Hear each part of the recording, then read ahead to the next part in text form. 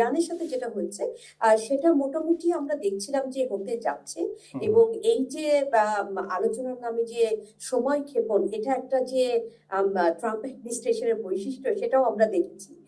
সুতরাং আমি মনে করছি না যে এটা হওয়া দরকার ছিল, সেটাকে আমি বলছি না, কিন্তু যুদ্ধ আমেরিকার পক্ষ থেকে, ইসরায়েলের পক্ষ থেকে যখন কিনা দেখা গেল যে ইরান মোটামুটি ভাবে সম্মত হচ্ছে অনেকগুলো স্ট্রং ইস্যুতে, এবং যেটা ওমানি ফরেন মিনিস্টার খুব ইলাটেড ভাবে বললেন যে আমরা একটা ব্রেক থ্রুতে যেতে পারছি, ঠিক সেই মুহূর্তটাকেই কিন্তু বেছে নেওয়া হয়েছে যাতে ইরান এই সুযোগটা না পায়। এবং আপনি যদি দেখে থাকবেন, গত বছরে যখন ইরান আলোচনা করছিল তখনও কিন্তু একই বিষয় আমরা দেখেছি।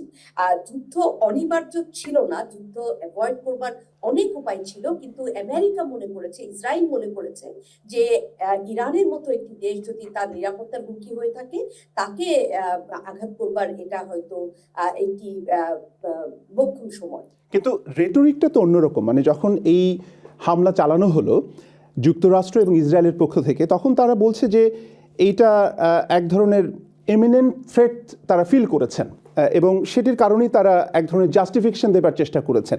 আপনি সেটাতে কনভিন্সড কিনা?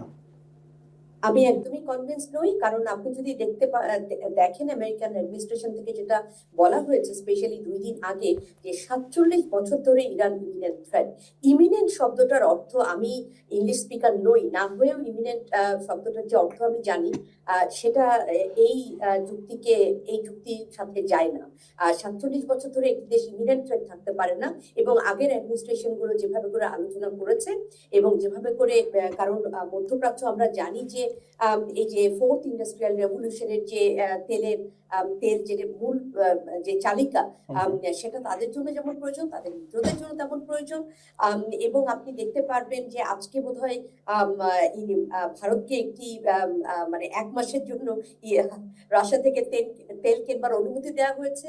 এটা একদম অবিশ্বাস্য একটা বিষয় যে আমরা একদম কারো একটি কৃপায় আমরা বসে আছি। তো আমি সেই জন্য মনে করছি যে এটা ইমিনেন্ট থ্রেট নয়, এটা জাস্টিফাই করবার জন্য বলা হয়েছে। যখন দেখা গেছে যে ইরানও শান্তির পথ খুঁজছে, কারণ ইরান জানে যে আজকে বা কালকে তার উপরে অ্যাটাক হতে পারে, সেও সময় চাচ্ছে, কারণ তার একটা ইডিওলজিক্যাল, এবং তার যে কোনো রাষ্ট্রই তার দেশকে বাঁচাবার অধিকার আছে ওয়েস্টফেলিয়ান সিস্টেমে। সুতরাং ইরান যখন চলে আসছে যে একটি সলিড প্ল্যান নিয়ে, তখনই দেখা গেছে যে ইমিনেন্ট থ্রেট কথাটা ব্যবহার করা হচ্ছে। এটা কোনোভাবে বিশ্বাসযোগ্য নয়।